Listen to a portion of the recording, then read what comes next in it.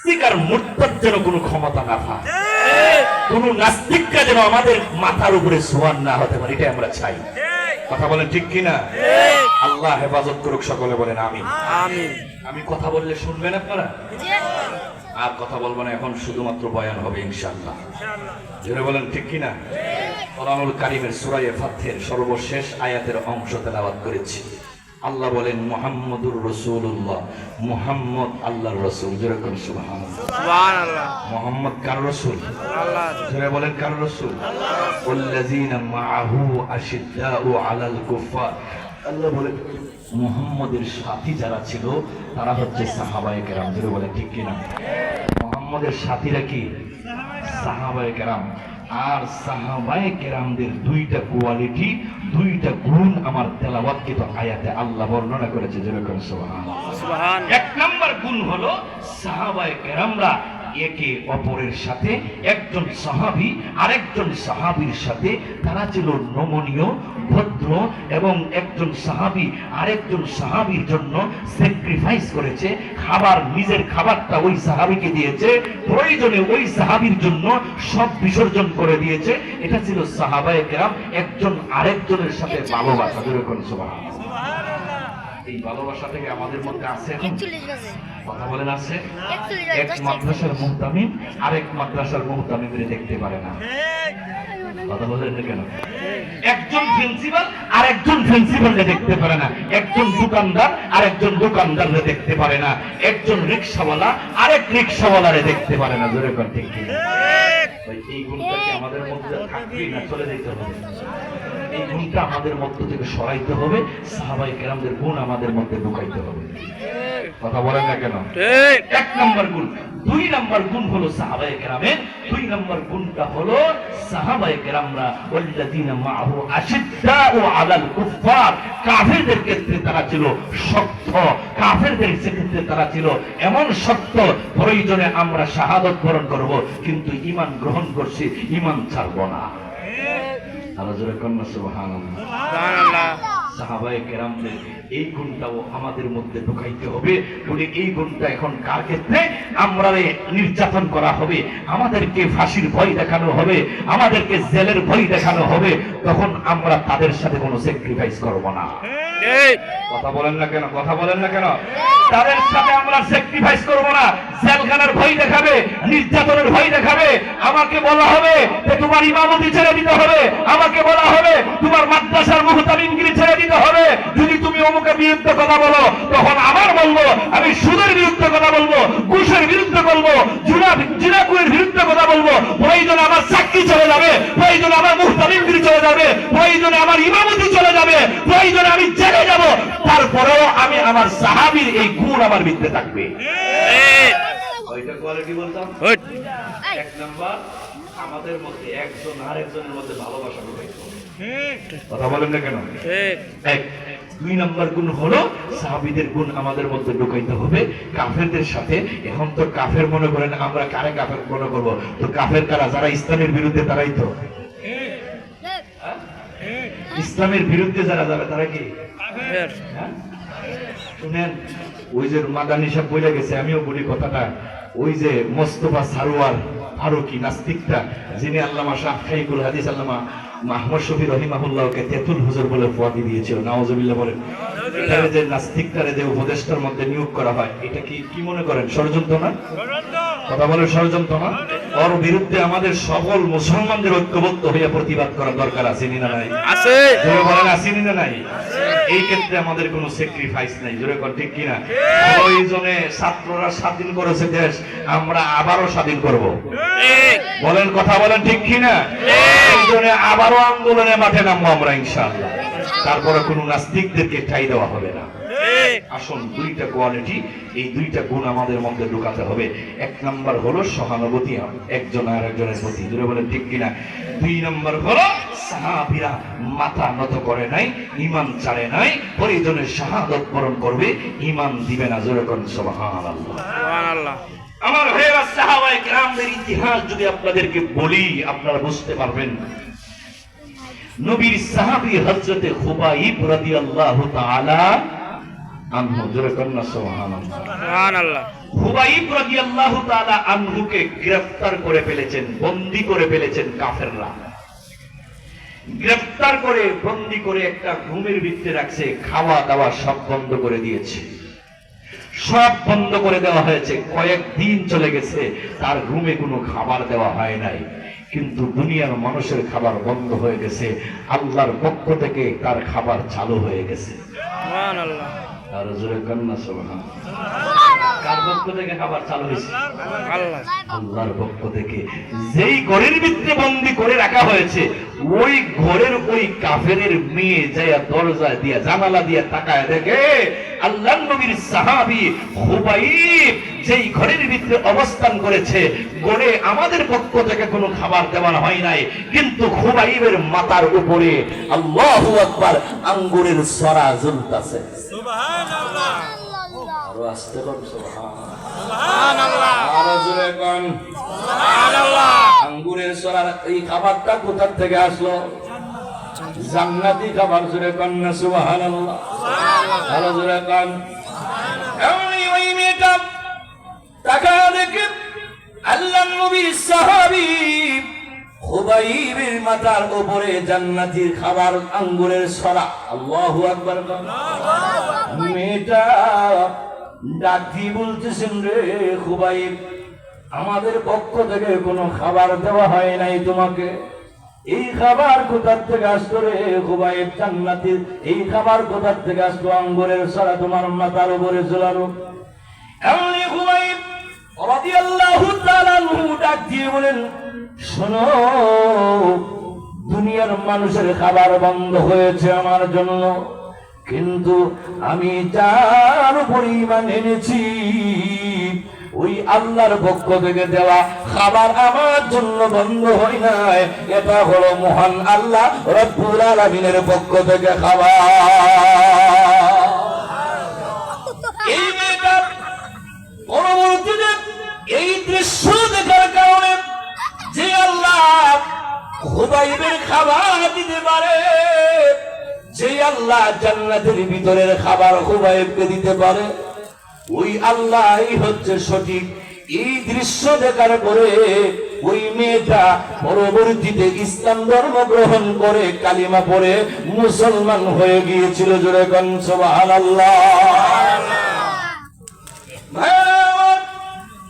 ওই হুবাইবকে কিছুদিন যখন বন্দী করে রাখা হয়, বন্দী করে রাখার পরে তারা আবার চিন্তা করলো, হুবাইবকে আমরা বন্দী করে রাখলাম, খাবার দেওয়া বন্ধ করে দিলাম, কিন্তু সে তো মৃত্যুবরণ করে নাই, তারও তো কোনো সমস্যা হয় নাই, এখন কি করা যায়? এমনি হুবাইবকে ওই ঘরের ভিতর থেকে বের করে নিয়া তারা চিন্তা করলো তাকে ফাঁসিতে, তাকে শুলিতে চড়াইয়া মৃত্যু দেওয়া হবে, তাকে শুলিতে চড়াইয়া দুনিয়ার থেকে বিদায় করে দেওয়া হবে। এই চিন্তা করে তারা এইভাবে সারা ওই মক্কা নগরীর মধ্যে তারা এলান করে দেয়, তারা আওয়াজ দেয় যে মুহাম্মদের অনুসারী, মুহাম্মদের গোলাম হুবাইবকে হত্যা করা হবে, হুবাইবকে শহীদ করা হবে, হুবাইবকে শুলিতে চড়ানো হবে। সমস্ত কাফিরের দল, সমস্ত বেঈমান কাফিররা ঘর থেকে বের হইয়া যায় হুবাইবের এই দৃশ্য দেখার জন্য। হাজার হাজার মানুষ তার পিছনে রওনা হয়ে যায়। আল্লাহর নবীর সাহাবী হুবাইবকে যখন শুলিতে চড়ানোর জন্য তার নির্দিষ্ট স্থানের মধ্যে নিয়ে হয়, একটা মঞ্চ তৈরি করা হয়েছে। ওই মঞ্চের কাছাকাছি নিয়ে যাওয়ার আগে টাকা দেখে মঞ্চের মধ্যে একটা উপরে একটা তক্তা দিয়ে এইভাবে ঝুলানো আছে। আল্লাহর নবীর সাহাবী হুবাইবকে ডাক দিয়ে বলে, হুবাইব, তোমাকে এখনই দুনিয়ার থেকে বিদায় করে দেওয়া হবে। ও হুবাইব, আমাদের পক্ষ থেকে প্রস্তাব হলো, হুবাইব রে, তোমার জীবনের সর্বশেষ কোনো চাওয়া পাওয়া আছে কিনা জানতে চায়। এমনি হুবাইব ডাক দিয়ে বলি, আমি বুঝলাম না সর্বশেষ মানি। তখন তারা বলতেছে, হুবাইব, তোমাকে দুনিয়ার থেকে বিদায় করে দেওয়া হবে, তোমাকে ফাঁসির মঞ্চে ঝুলানো হবে। হুবাইব রে, তোমার জীবনের সর্বশেষ কোনো চাওয়া পাওয়ার আছে কিনা? এমনি হুবাইব রাদিয়াল্লাহু তাআলা আনহু ডাক দিয়ে বলেন, রে কাফেররা, আমার জীবনের সর্বশেষ চাওয়া দুনিয়ার কোনো কিছু চাওয়ার নাই। আমার চাওয়া হলো আমার জীবনের সর্বশেষ শেষ মুহূর্তে আমি চাই 2টা রাকাত নামাজের সুযোগ আমাকে দেওয়া হোক। আমি 2 রাকাত নামাজের মধ্যে দাঁড়ায়া আমি আমার মালিক আল্লাহর সাথে কথা বলতে চাই। ভাইরা আমার, খুবাইব রাদিয়াল্লাহু তাআলা আনহু যখন এই কথা বললেন তখন তারা গ্রহণ করলো।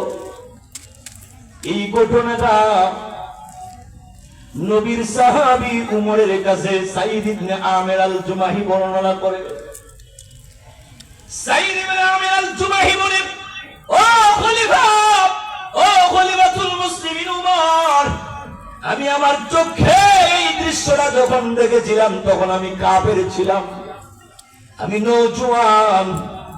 আমি এই দৃশ্যটার কথা আমার যখন এখনো মনে হয় আমি সহ্য করতে পারি না। ও খলিফাতুল মুসলিমিন উমর, শোনো, আমি তাকায় দেখি আমার সামনে যখন এইভাবে খুবাইবকে বলা হয়, ও খুবাইব, তোমার জীবনের সর্বশেষ চাওয়া বলা হলো 2 রাকাত নামাজ। আমি তাকায় দেখি খুবাইব 2 রাকাত নামাজের জন্য সুন্দর করে ওযু করলো। ওযু করিয়া খুবাইব নামাজের মধ্যে দাঁড়ায় যায়। নামাজের মধ্যে দাঁড়িয়ে মহান মালিকের সাথে কথা বলে নামাজ শেষ করেছে খুব দ্রুত গতিতে। কাফেররা জিজ্ঞেস করে, খুবাইব রে, এত তাড়াতাড়ি নামাজ শেষ করলাই, কারণ কি? এমনি খুবাইব রাদিয়াল্লাহু তাআলা আনহু ডাক দিয়ে বলেন, ও কাফেররা, আমি তাড়াতাড়ি দ্রুত গতিতে নামাজ কেন শেষ করলাম জানো না? কারণ হলো আমি যখন নামাজের মধ্যে দাঁড়াইলাম, নামাজ যখন আমি পড়তে লাগলাম, আমার মালিকের সাথে আমি যখন কথা বললাম, নামাজের মধ্যে দাঁড়ানোর পরে আমার এত ভালো লাগছিল, এত মজা লাগছিল রে, আমার মনে হয়েছিল আমি নামাজ লম্বা করব, নামাজ আরো লম্বা লম্বা করে নামাজ আদায় করব। কিন্তু আমি খুব দ্রুত গতিতে নামাজ শেষ করার কারণ হলো আমি চিন্তা করলাম আমি যদি লম্বা করে নামাজ আদায় করি, আর যদি তোমরা বলো মুসলমানেরা মৃত্যু বয়ে নামাজ লম্বা করে, এই চিন্তায় আমি খুব দ্রুত গতিতে নামাজ শেষ করলাম, যাতে করে তোমরা মুসলমানদেরকে তুহমত দিতে না পারো, মুসলমানদেরকে এমন অপবাদ না দিতে পারো। এই জন্য আমি খুব দ্রুত গতিতে নামাজ শেষ করলাম। চিল্লায় বলেন না সুবহানাল্লাহ। খুবাইব নামাজ শেষ করেছেন।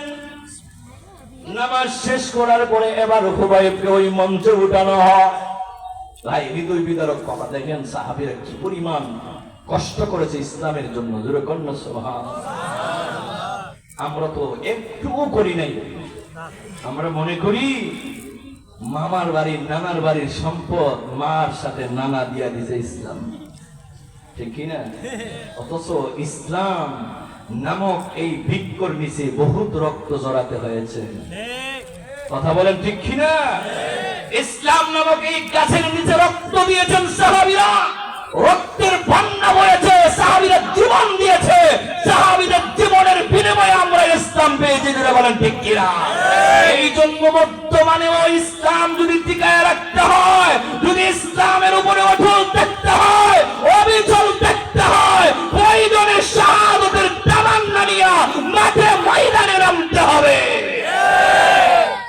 ইসলাম এটা বিশাল ব্যাপার স্যাপার, মানে আত্মসমর্পণ করা, ঠিক কিনা? জোরে বলে, আরো জোরে বলেন ঠিক কিনা? এমনিতেই হবে না, নাড়াচাড়া করা যাবে না।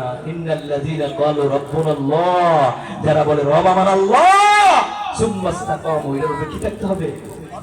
অটল থাকতে হবে, অটল অবিচল থাকতে হবে, নাড়াচাড়া করা যাবে না। আজকে বলবেন এক কথা, কালকে আরেক কথা। এটা ইসলাম না। জোরে বলেন ঠিক না বেঠিক? সকালে এক কথা, বিকালে আরেক কথা। সকালে হুজুর আপনার সাথে আমরা আছি, হুজুর আপনার সাথে আমরা আছি, আর টিভি চালু করে দেখে হুজুরের মারে, ইস হুজুরের মারতাছে, হুজুরের না হুজুরের মারতাছে। আর যখন একজন হুজুর আন্দোলন করে একজন চাপাই লাইছে, ওই ঠিক আছে হুজুররা।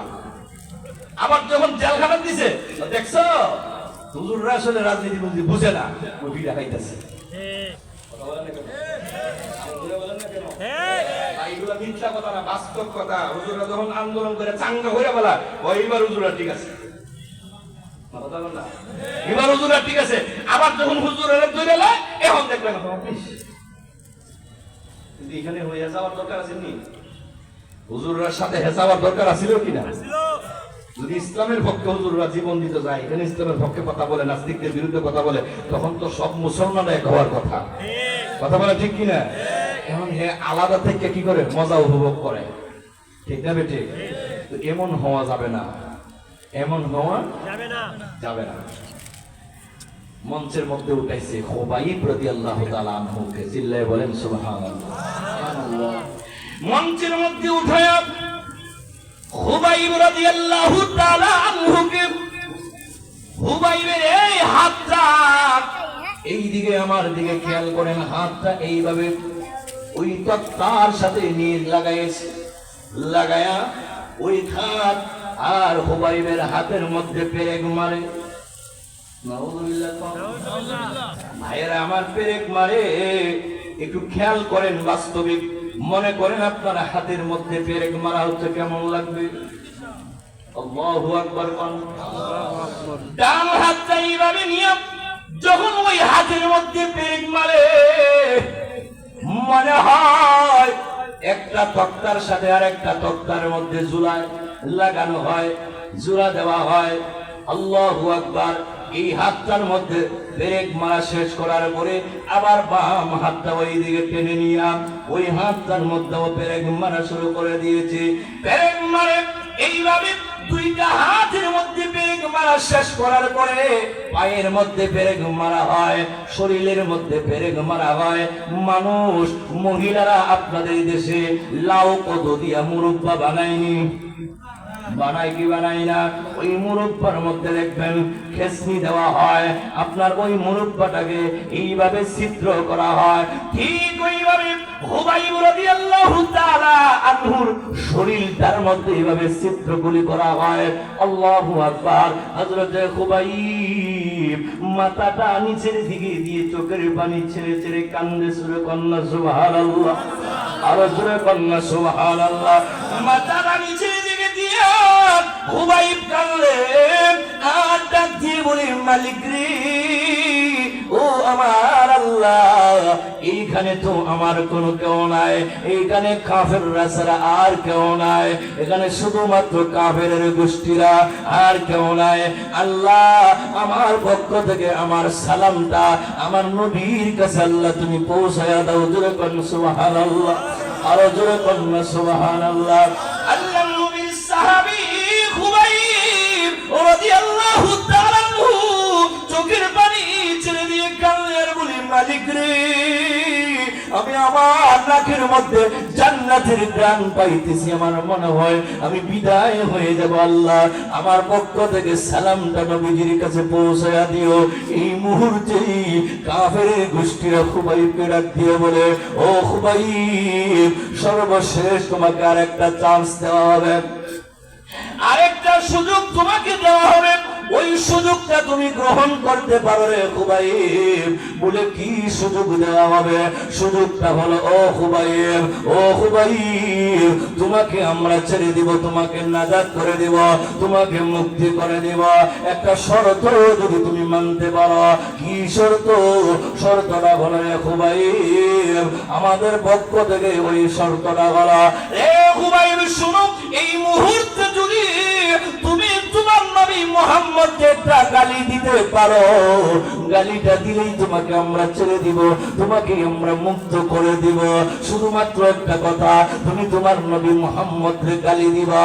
আল্লাহু আকবার। মুসলমানরা যারা ঈমান গ্রহণ করেছে তারা নবীকে গালি দিতে তো দূরের কথা, নবীকে কেউ যদি কটূক্তি করে তারা সহ্য করতে পারে না। জোরে কন্যা সুবহানাল্লাহ। এমনি খুবাইব রাদিয়াল্লাহু তাআলা আনহু ডাক দিয়ে বলতেছেন, রে কাফেরের গোষ্ঠীরা শোনো, আমার নবীকে গালি দিয়ে আমি দুনিয়ার থাকতে চাই না, আমার নবীকে গালি দিয়ে আমি বাঁচতে চাই না, আমার নবীকে গালি দেওয়ার পরে তোমরা আমাকে বাঁচায় রাখবা, আমি এই রকম জীবন আমি চাই না। প্রয়োজনে তোমরা আমাকে একবার শুলিতে চড়াইবা, একবার শুলিতে চড়াইয়া আমাকে শহীদ করে দিবা। আমার আল্লাহ যদি আবার আমাকে জীবন দেয়, আবার তোমরা আমাকে শুলিতে চড়াইবা, আবার যদি জীবন দেয় আবার তোমরা আমাকে শুলিতে চড়াইবা, আবার যদি জীবন দেয় আবার শুলিতে চড়াইবা। এইভাবে যদি 1000 বার আমার আল্লাহ আমাকে জীবন দেয়, আর 1000 বার যদি তোমরা শুলিতে চড়াইয়া আমাকে শহীদ করে দাও, আল্লাহর কসম রে কাফেরেরা, আমি একটা মুহূর্তের জন্য ঈমান ছাড়তে পারবো না। সাহাবায়ে কেরামরা ঈমানের জন্য জীবন দিয়েছে, প্রয়োজনে শাহাদাত বরণ করবে, এরপরও ঈমান দিবে না। কথা বলেন না কেন? আরো জোরে বলেন। এই গুণটা আমাদের মধ্যে আসার দরকার আছে না নাই? জোরে বলেন, আছে না নাই? নবীর সাহাবী হযরতে বেলালের নাম শুনছেন না আপনারা? জোরে কোন? গোলাম ছিল, গোলামের ঘরের গোলাম, বাবাও গোলাম, ঠিক কিনা? জোরে কোন? এই বেলাল এখনো ইসলাম ধর্ম গ্রহণ করেন নাই। উমাইয়ার মালিক তার বাড়িতে কাজ করে, বেলাল উমাইয়ার বাড়িতে কাজ করে রাত্রের বেলা। একটু ভালো করে শোনেন, উমাইয়ার বাড়িতে কাজ করে রাত্রে বেলাল অসুস্থ। ওই বেলালের মালিক উমাইয়া বেলালের করে যাইয়া 4.5 থেকে 5 কেজি ওজনের একটা জব অথবা গমের একটা গাঠুরি দিয়ে ফেলতেছে, বেলাল রে এটা রাত্রির ভিতরে পিষে আটা বানায় সকালে আমাকে পৌঁছাবে, মেহমান আসবে। কিন্তু বেলাল অসুস্থ, শরীর জ্বর আক্রান্ত। বেলাল একটা মুহূর্তের জন্য বলে নাই আমি অসুস্থ, ফেরত দেয় না, রাখছে। কিন্তু রাত্রি বেলা বেলাল যখন কাজ শুরু করেছে, এমনি বেলালের শরীর তো ক্লান্ত, অসুস্থ শরীর, জব আটা পিষতে যায় আরো ক্লান্ত হয়ে পড়েছে। এই জব আটা গুলি রেখে দিয়ে বেলাল ঘুমায় গেছে। অর্ধেক কাজ করছে, বাকি অর্ধেক করতে পারে নাই, ঘুমায় পড়েছে। সকালবেলা বেলালের মালিক উমাইয়া দরজা খুললে তাকায় দেখে বেলাল ঘুমো, কাজ কমপ্লিট হয় নাই। বেলালের মালিক বেলালকে ঘুম থেকে উঠাইয়া জামার গলার মধ্যে ধরে বেলালের চেহারার মধ্যে 2 গালে 2 বড় বড় করে তাপ্পুর মারা আরম্ভ করেছে, চর মারা আরম্ভ করেছে। এক পর্যায়ে বেলালের বুক বরাবর এত জোরে একটা লাথি মেরেছে, লাথি মেরে বেলালকে বলতেছে, রে বেলাল বেটা তোরে কাজ দিলাম করলি না, আমার বাড়ির আমার কাজ তুই কমপ্লিট করলে না। বেলাল বলতেছে আমি অসুস্থ, অসুস্থ এই কোনো দোহাই নাই, তার মানলো না। এইভাবে গলা ধাক্কা দিয়া সজোরে এইভাবে বুকের মধ্যে লাথি মেরে বেলালকে ঘর থেকে বের করে দিয়ে, যা বেটা ঘর থেকে বের হয়ে যাও। বেলালকে ঘর থেকে বের করে দেওয়া হয়। বেলাল এবার ঘর থেকে বের হইয়া রাস্তায় চলে যায়। একটা রাস্তা আছে, ওই রাস্তা দিয়ে মানুষের যাতায়াত, ওই রাস্তার মধ্যে বেলাল বসে আছে, মানুষের যাতায়াত। বেলালকে দেখে কেউ কোনো কথা বলে না, কেউ জিজ্ঞাসা করে না ভালো মন্দ। আল্লাহু আকবার। নবী সাহাবী হযরতে উমর যাচ্ছে, জিজ্ঞাসা করেছে বেলাল কেমন আছো, কে তুমি, এই সেই জিজ্ঞাসা করে ওরাও চলে গেলেন, আবু বকরও চলে গেলেন, কেউ কোনো কথা বললেন না। 3 দিন হয়ে গেল। 3 দিনের মাথায় ওই রাস্তা দিয়া আল্লাহর নবী, বিশ্ব নবী রাহমাতুল লিল আলামিন এই রাস্তা দিয়ে আসতেছে। চিল্লায়ে বলেন না সুবহানাল্লাহ। নবীজির আশা। এমনি বেলাল তাকায়া দেখে এত সুন্দর চেহারাওয়ালা লোক, এই লোক তো জীবনে কোনোদিন দেখি নাই। আসলে এই বেলাল নাম শুনেছে কিন্তু নবীকে দেখেন নাই, নবীজির নাম শুনেছে কিন্তু নবীর বেলাল চিনতে পারে না। এমনি আল্লাহর নবী রাহমাতুল লিল আলামিন বেলালের কাছে এসে ডাক দিয়ে বলতেছে, মান আনতা, হে তুমি, ওমা ইসমুকা, তোমার নাম কি? এমনি বেলাল তার সব বিস্তারিত পরিচয় দিয়েছে। আমার নাম বিলাল, আমার বাড়ি হচ্ছে ইথিওপিয়া, আমি হলাম গোলাম। কার গোলাম? অমুকের গোলাম আমি। বর্ণনা দেওয়ার পরে, কেন এখানে বসে আছো? বেলাল কথা বলতে পারে না, কারণ কয়েকদিন যাবত বেলালের পেটে কোনো খাবার নাই। এমনি অসুস্থ বেলাল, কথা বলতে পারে না। এক পর্যায়ে ডাক দিয়ে বলতেছেন, আমার এই ঘটনা, আমার মালিক কাজ দিয়েছিল, কাজ কমপ্লিট করতে পারে নাই, ঘর থেকে গলা ধাক্কা দিয়ে আমাকে বের করে দিয়েছে। এমনি আল্লাহর নবী রাহমাতুল লিল আলামিন আর দেরি করেন না, নবীজি বাড়ির দিকে দৌড় আরম্ভ করে দিয়েছে। এমনি বেলাল বলতেছে, এতক্ষণ পর্যন্ত, এতদিন পর্যন্ত অনেকেই আসলো গেল, কারো প্রতি আমার কোনো ভরসা ছিল না, কিন্তু এই লোকটার প্রতি আমার ভরসা ছিল। আমার মনে হয়েছিল উনি মনে হয় কোনো কিছু বলবে, উনি মনে হয় কোনো সমাধান দিবে, মনে হয় ওনার পক্ষ থেকে কোনো খাবারের ব্যবস্থা হবে। এই লোকটাও তো চলে গেল, উনিও তো দৌড় আরম্ভ করে দিল। কিন্তু কেন দৌড় দিল? নবীজি দৌড় দেওয়ার কারণ হলো, আল্লাহ নবী চিন্তা করেছে এই মুহূর্তে এই বেলালকে কথা বলে সময় নষ্ট করা যাবে না, আগে তাকে খাবার দিতে হবে, খাবারের ব্যবস্থা করা আগে প্রয়োজন। যেরকম সুবহানাল্লাহ। আল্লাহ নবী বিশ্বনবী রাহমাতুল লিল আলামিন এবার দৌড় দিয়েছে বাড়িতে।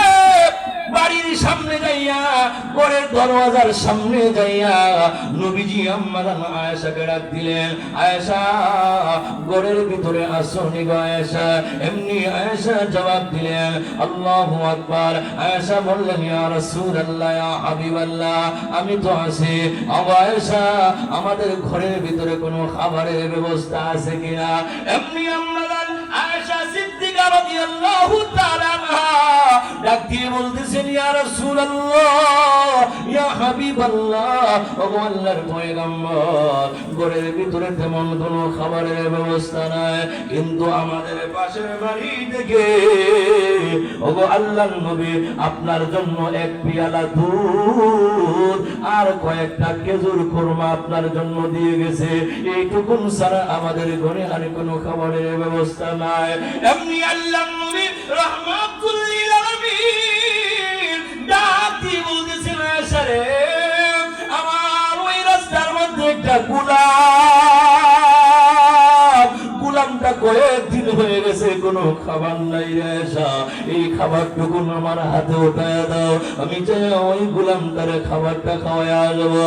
এমনি আম্মা জানা আয়েশা বলেন, নবী গো, আপনিও তো কয়েকদিন যাবত কোনো কিছু খান নাই গো, আগে আপনি খেয়ে নেন, পরে ওই গোলামের খাবারের ব্যবস্থা করবেন। আল্লাহর নবী বলেন, না রে আয়েশা, না, আমার খাবারের আগে ওই গোলামকে খাবার খাওয়াইতে হবে। চিল্লায়া বলেন না সুবহানাল্লাহ। আল্লাহর নবী বিশ্বনবী রাহমাতুল লিল আলামিন ওই দুধ আর খেজুর কুরমাটা নিয়ে দৌড়িয়ে গেলেন। ওই জায়গার মধ্যে যেয়ে দেখে বেলাল এখনো বসে আছে। আল্লাহু আকবার। বেলালের কাছে যায়া আল্লাহর নবী বললেন, ও বেলাল, এই নেও দুধের পেয়ালাটাকে, দুধটা পান করো, এরপরে খেজুরটা খাও। বেলাল দুধ পান করার পরে, খেজুরটা খাওয়ার পরে বেলালের শরীরের মধ্যে এনার্জি আসছে, একটু শক্তি আসছে। আল্লাহর নবী বলেন, ও বেলাল, চলো এবার তোমার বাড়িতে যাব, তোমার মালিকের বাড়িতে যাব। কেন যাবেন আপনি আমার মালিকের বাড়িতে? যাব এই জন্য, তোমার অসমাপ্ত কাজটা আমি যাই সমাপ্ত করে দিয়ে আসবো। চিল্লায়া বলেন না সুবহানাল্লাহ। এখনো তো বেলাল চিনতে পারে না আমার নবী রাহমাতুল লিল আলামিনকে, বেলাল চিনতে পারে না। আল্লাহু আকবার। বেলাল নবীকে নিয়ে গেলেন বেলালের মালিকের বাড়িতে ওই কামরার মধ্যে ভিতরে প্রবেশ করলেন। ভিতরে প্রবেশ করার পরে আল্লাহ নবী নিজের শরীর মোবারকের একটা চাদর মোবারক ছিল, ওই চাদরটা খুইরা বেলালের মাথার মধ্যে হাত গোলায় দেখে বেলালের শরীরে জ্বর আছে। এমনি আল্লাহ নবী বলেন, ও বেলাল, এই চাদরটা মুড়ি দিয়ে শুয়ে পড়ো, তুমি ঘুমায়া পড়ো, আমি তোমার কাজটা কমপ্লিট কইরা তোমার ডাক দিব। জোরে বলুন সুবহানাল্লাহ। কেমন নবীর উম্মত আমরা! আল্লাহু আকবার বলেন। নবীজির আখলাক কারে বলে, নবীজির চরিত্র কারে বলে?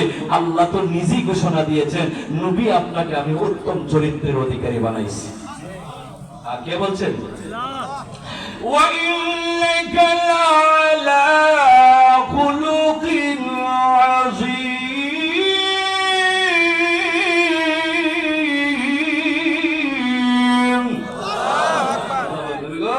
আমি আল্লাহ আপনাকে মহান চরিত্রের অধিকারী বানাইছি।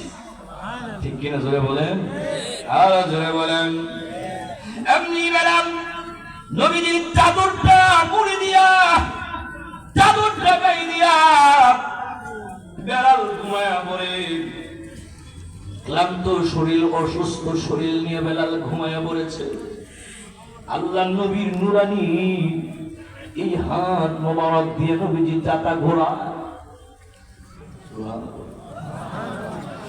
নবীজির হাত মোবারক দিয়ে চাতা ঘোরায় দাবিছে। রাত প্রায় শেষের মধ্যে হঠাৎ করে বেলালের ঘুম ভাঙছে।